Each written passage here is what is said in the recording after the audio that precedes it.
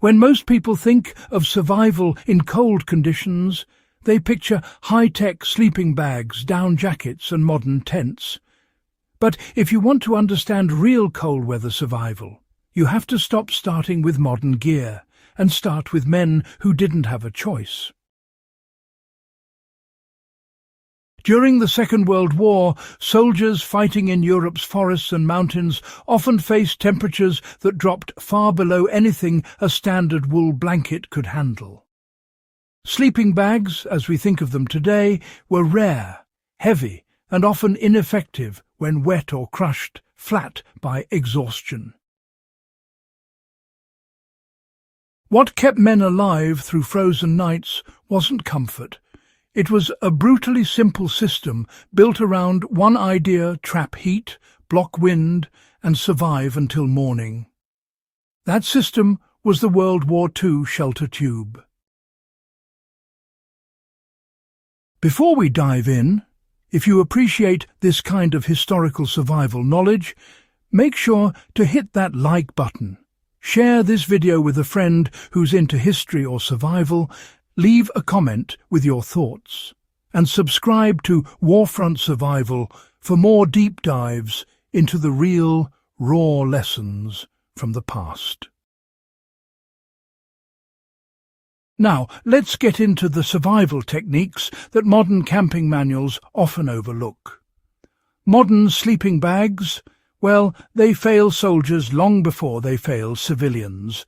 They rely on dry conditions, insulation loft, and a ground pad to work effectively. In the real world of war, soldiers had none of that. Wool absorbed moisture and lost heat fast. Down collapsed when wet. Men slept directly on frozen ground in trenches, forests saturated with snow melt, or muddy fields. Even issued cold weather bags were often abandoned because they were too bulky to carry during rapid advances or retreats.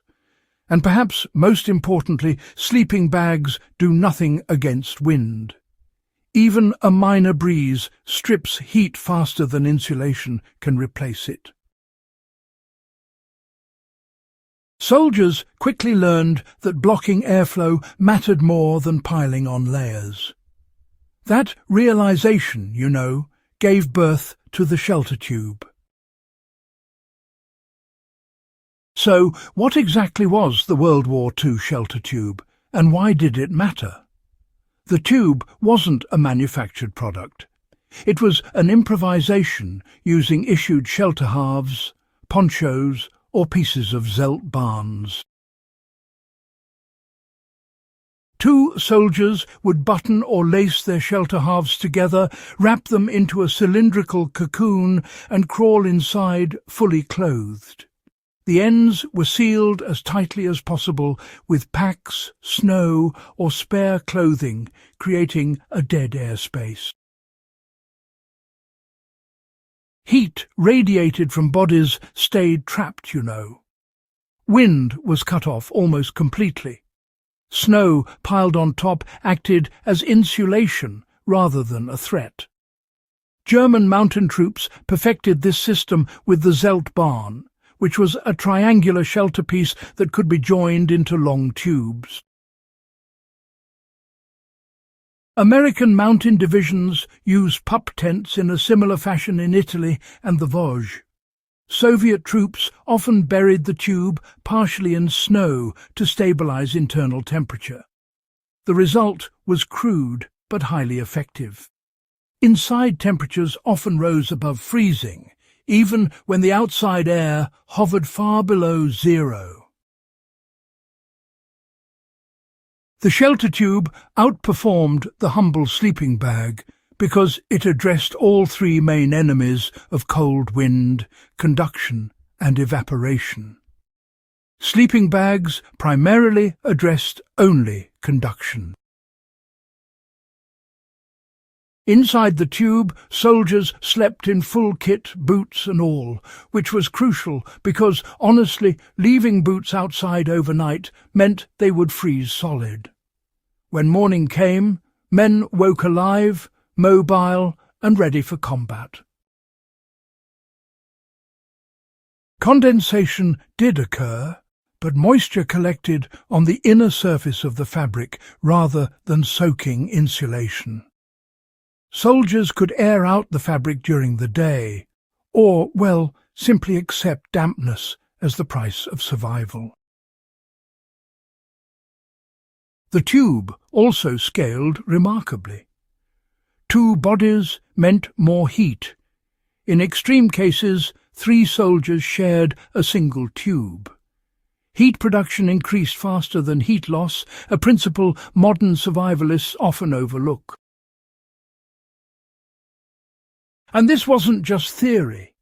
Military manuals and veteran accounts confirm that the tube's efficiency saved lives repeatedly. So, how does this translate to modern survival knowledge? You don't need World War II canvas to recreate the system. Any tarp, poncho, or heavy fabric can work. The key is shape, not material. A flat tarp loses heat. A tube traps it. If caught in freezing conditions without a sleeping bag, wrap a tarp lengthwise into a cylinder just wide enough to crawl inside. Overlap the seams instead of tying them flat. Seal the ends with snow, dirt, or even your gear if you have it handy. Lie on spruce boughs, spare clothing, or folded jackets to break contact with the ground. This really helps. Keep your boots and hat on, that's important. And remember to breathe slowly to reduce moisture buildup. If you have a companion, it's best to share the tube. But if you're alone, reduce the internal volume as much as you can to minimize wasted air. Empty space, after all, is heat lost. Why has this system been largely ignored by modern survival culture? Well, comfort sells, doesn't it? Tubes are awkward, unattractive, and frankly uncomfortable, but they are brutally efficient. Soldiers didn't care about aesthetics or convenience. They cared about waking up alive. The tube forces discipline. You don't sprawl. You don't move unnecessarily. You accept discomfort in exchange for heat retention. Recreational camping often misses this mindset, but for anyone interested in cold weather survival, it's, well, truly indispensable. You know, history has already solved many problems that, well, modern gear marketing wants you to overpay for. Studying field improvisations, like the World War II shelter tube, teaches us that survival is not about buying better gear. Honestly, it's about designing systems understanding airflow heat loss and human physiology under stress. Soldiers who survived were not warmer because of expensive sleeping bags. They were warmer because they knew how to work with physics under extreme conditions. Whether you're studying history, preparing for emergencies, or just fascinated by the extremes humans endure, the World War II shelter tube is a lesson in resourcefulness, discipline, and the raw science of survival. It's not nostalgia, it's field-tested wisdom that has saved countless lives.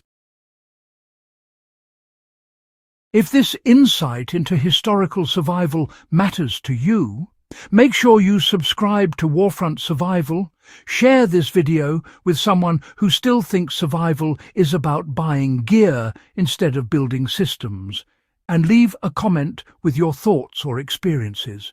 And remember, history isn't just a story, it's a guide for staying alive when the cold won't forgive mistakes.